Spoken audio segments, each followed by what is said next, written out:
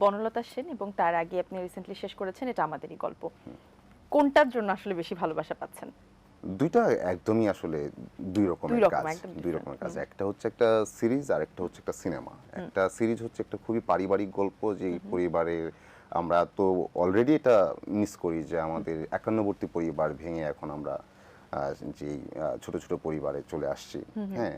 তো একান্নবর্তী পরিবারের অভিজ্ঞতা যারা এখন ধরেন যে ছোট পরিবারে আছে তারাও তো কখনো না কখনো ছিল একান্নবর্তী পরিবারে। এখন অনেকটাই কম। তারপরেও একান্নবর্তী পরিবার ততটুকু পাওয়া যায় যখন আমরা ছোট থাকি। জি। যে বাবা-মা এখন চাকরির সুবাদে কেউ চলে যাচ্ছে চট্টগ্রাম, কেউ চলে যাচ্ছে সিলেট, কেউ ঢাকায়।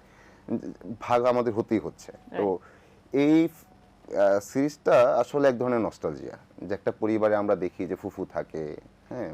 আ একটা মামা পরিবারের থাকে, সবার সাথে হ্যাঁ, যার সবার সাথে যে সম্পর্ক জানি থাকে। এবং এখানে বেশ কিছু চরিত্র তো প্রত্যেকটা চরিত্রই কেমন যেন আমাদের নস্টালজিক করে। লাইক আমার যখন ফারহানাকে আমার কাজিন হিসাবে যখন দেখি তখন আমার মনে হয় যে অন্যরাও তার কাজিনটার কথা তার মনে পড়ে যাবে। হ্যাঁ? তার সাথে খুনসুটিগুলোর কথা মনে পড়ে যাবে। হ্যাঁ? তাদের মধ্যে যে এক ধরনের এই যে ও বলে ক্রাইম পার্টনার, ও বিপদে পড়লে ও সামলায়, ও বিপদে পড়লে ও সামলায়। এবং ফুফুর যে মমতা এবং ওনার যে স্নেহ, মায়ের যে শাসন, বাবার যে সেই গম্ভীর ভাব তার ভিতর দিয়েই এই পরিবারটাকে নেতৃত্ব দেয়া। একদমই আমাদের চিরচারিত যে হ্যাঁ, যেরকম পরিবার আমাদের হ্যাঁ, হয়ে হ্যাঁ। থাকে যেমন ঠিক তেমন পরিবারটাই আমরা দেখেছি যে দেখেছি আমাদের এই এটা গল্প আমাদের এবং এই গল্পে। এটার জন্যই কিন্তু দর্শক রিলেট করতে রিলেট পেরেছে করতে বেশি। পেরেছে এবং সবার কাছে মনে হলো যে বহুদিন পর হয়তো নিজের পরিবারের মানুষগুলোকে দেখছে বা নিজের পরিবারের মানুষের দিকে কারো কারো তাকানোর কাছে সুযোগ মনে হচ্ছে হচ্ছে। আমাদের পরিবারের গল্পই তো মনে হচ্ছে এই যে হ্যাঁ, তুমি তো এমন এ তুমি তো মনে এমন। হচ্ছে যে এই গল্পটা দেখার পর ভাই তার ভাইটার দিকে তাকালো বহুদিন পর এরকম মনে হয় কারণ এই যে দুই ভাইয়ের মধ্যে দ্বন্দ্ব চলে আবার তারা বুকে বুক মিলায় দুই ভাই আবার ঠিক হয়ে আসে। তো এইসব কিন্তু সব পরিবারই ছোটখাটো আসলে মান অভিমান থাকেই ঝগড়াঝাটি থাকেই কিন্তু এই সিরিজটা দেখার পর আমার মনে হচ্ছে যে দিন শেষে আমরা আমাদের পরিবারের মানুষকে প্রচন্ড ভালোবাসি ওনারা আমাদের আত্মার আত্মীয় আত্মার মানুষ এরকম আর কি একটা রক্তের এবং দিন শেষে আসলে বন্ডিং আসলে। পরিবারটাই সবথেকে গুরুত্বপূর্ণ হ্যাঁ, একটা তো ওইটা আশ্রয়স্থল। একটা আর এই যে সিনেমাটা জীবনানন্দ মমতা সেন সেটা দেখার পর অনেকেই যে বলছে যে জীবনানন্দকে দেখলাম এটা আমার কাছে অনেক বড় আসলে অবশ্যই। প্রাপ্তি অনেক বড় আচ্ছা একটা কোন কথা আসলে চরিত্রটা এটা। থেকে বা কোন সিকোয়েন্সটা করার পরে আপনি আসলে সেই জায়গা থেকে বের হতে আপনার অনেক কষ্ট হয়েছে এই চলচ্চিত্রে? আমি পুরো যে সিনেমাটা যে প্রসেসে যদি ছিলাম সেখানে যদি বলি আমি যে লুকে ছিলাম প্রত্যেকদিন সেটে যাওয়ার পর একদম এটা শুট শেষ না হওয়া পর্যন্ত সেভাবেই থাকতাম সেটা অনেক টাফ ছিল। এবং সেই মেজাজেই থাকতেন। হ্যাঁ, সেই মেজাজেই থাকতাম। কারণ এটা আমার জন্য অনেক বড় চ্যালেঞ্জ ছিল।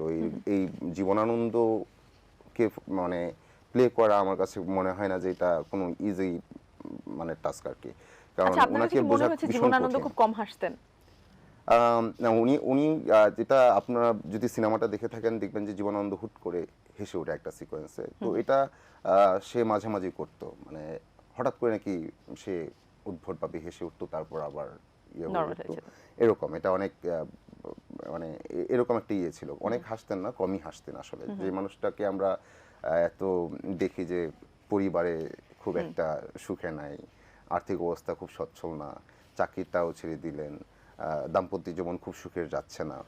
এক ধরনের নিজেকে মানে একদম শুরু গুটিয়ে থেকে রাখা। শেষ পর্যন্ত আসলে আমরা দেখেছি যে আসলে একটা শিল্পীর জীবনে কি কি ধরনের ক্রাইসিস হতে পারে এবং আমার কাছে মনে হয়েছে তারপরেও কিভাবে শিল্প বেঁচে থাকে। হ্যাঁ, ভাই আমরা যদি একটু বাস্তব জীবনের সঙ্গে রিলেট করতে যাই বিষয়টা, আপনি আপনার শুরু থেকে এই পর্যন্ত আসা পথ চলায় অনেক আপস অ্যান্ড ডাউনস ছিল, অনেক কিছু পেরিয়ে আপনাকে আসতে হয়েছে এবং আপনি এই রোলটা যখন প্লে করেছেন আমাদের দেশের একজন অন্যতম মানে ওনাকে আসলে কিভাবে আখ্যা দেওয়া যায় সেটা হয়তো বা আমি এখন বোঝাতে পারছি না, কিন্তু শিল্পী ছিলেন তিনি, তার জীবনে এই ধরনের ক্রাইসিস ছিল, শেষ দিন পর্যন্ত তিনি তারপরও শিল্পের সাথেই থেকে গেছেন। আপনার কাছে কি মনে হয় যে আমাদের যে শিল্পীরা তাদের জীবনটা অনেকটা তার সাথে রিলেটেবল বা সেই জীবনের সঙ্গেই রিলেটেবল? আমার মনে হয় সব শিল্পীরই এই ধরনের ধরেন যে এক ধরনের আহ, আহ, কি বলা যায় যে আশা এবং হতাশা এবং এক ধরনের বঞ্চনা এক ধরনের উপেক্ষা এই সব কিছু নিয়েই শিল্পী আসলে তার কাজটাই করে যায়।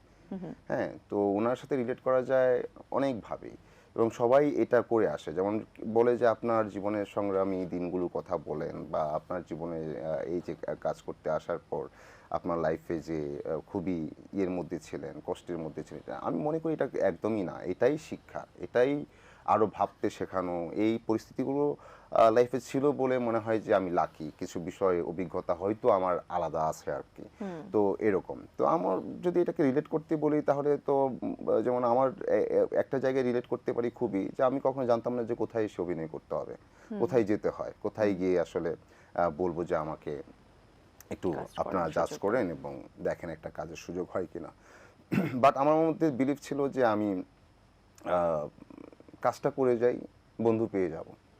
আমি যেই লক্ষ্য নিয়ে কাজ করছি, যেই চিন্তা নিয়ে কাজ করছি, যেই প্রেম নিয়ে, ভালোবাসা নিয়ে এবং আপনার যদি বলি বিশ্বাসের সাথে কাজটা করছি, এই কাজ তো আরও অনেকেই করছে, হয়তো অনেকেই করছেন আশপাশে।